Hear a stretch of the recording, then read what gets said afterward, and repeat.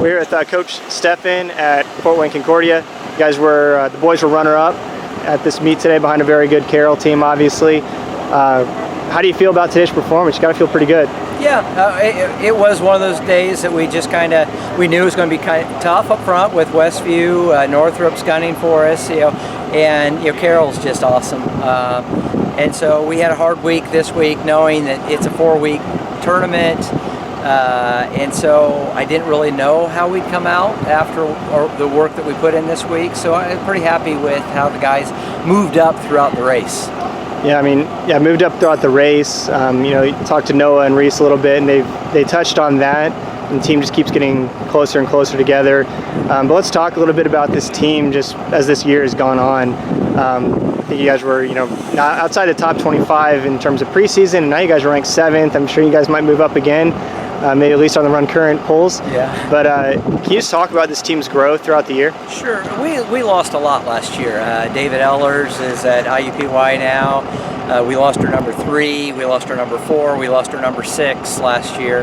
And so there are a lot of holes when we started the season. We didn't really know who's going to fill them. Guys just stepped up, and they continue to step up throughout the year. And so we're pretty happy going into the start of the season. We just all strength all summer, and even up until just recently, it's been all strength work. And I think that's what helps us move up in races. It's just all strength. With the 5K race being mostly aerobic, that's what we work on. And so that's I think the big part of it. I think as we have gotten farther into the season, the races have helped us get faster, get stronger in that regard. Mm-hmm. So I'm really interested there. Obviously, you guys got to be focused on, tempos, lactic threshold workouts, just pure aerobic. Yep. Next couple weeks, are things going to change at all? Are you going to pretty much stay that way and make some adjustments here and there? We're not going to change too much because it's working. And the coach Greg Osborne, that was here before me, that was his staple, and kind of sold me on it last year with the progression that we had even last year, because it was very similar to this year. Mm-hmm. We weren't ranked early in the season, and we just kept moving up, and finished 13th at the state meet. So kind of following that model a little bit, but mixing in a little bit of my coaching and my thoughts. So sure. Well, you talk about that team's growth and progression as the year goes on. You haven't changed a lot, but you're just staying with that aerobic strength work, yep. Which, from my perspective, it's very telling when you talk about how the team has gotten better, right? Yeah. When you continue to do that stuff, strength is what is going to sustain you throughout the year. So if you do a little bit too much speed, too much anaerobic work, then that's when you see teams start to fade. So it's definitely not a shock there. Right. No, and we've not touched any of that yet. It's just, let's just keep doing what we're doing, and a coaching buddy of mine keeps reminding me, don't mess it up. Just keep doing what you're doing. Don't overthink this. Sure. And so that really helps. Good. So I was talking to Noah a little bit. From our perspective, we're Central Indiana guys, so we don't get up here a lot. We're happy to be up here. It's an awesome meet.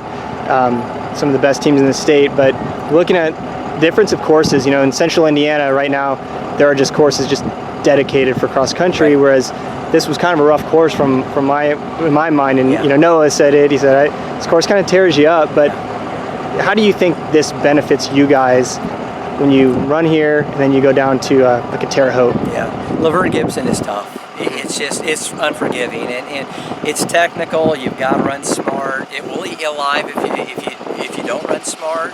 A lot like this, that first 150 meters or so is uphill, and the hairpin turn too, right? Yeah, and so if you're on the inside, you've got to get out, but then you're uphill, and so. But then it's just constant rolling hills. I wish we didn't have to run across as many roads here, but the rest of it is cross country. Yeah. And there's a few hills out here that you're running uphill, but on a slant. Sure. You don't have much of that at Laverne Gibson, but Laverne Gibson is a great cross country course. Like I said, you can't just go out and just race it from the get-go. You've got to be smart about it. Mm-hmm. Absolutely. I think this race will kind of callous you guys and get you ready to roll for that. So you have a great freshman in Reece Gibson. Very impressive there. Then you got your son Noah.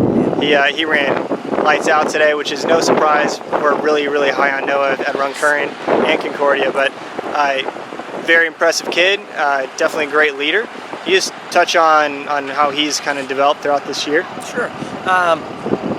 He runs smart. I mean, he's had to listen to me for years about that, so that doesn't really come as a surprise. But yeah, he just runs smart. We had a long talk at the beginning of summer about making that jump. Mm-hmm. Last year it was David Ellers and Noah, and David's gone, so making that jump on your own, and from a mental perspective, from getting maybe a few more miles in every week, he's done that, and again, that going back to the strength training, I think you see that with him.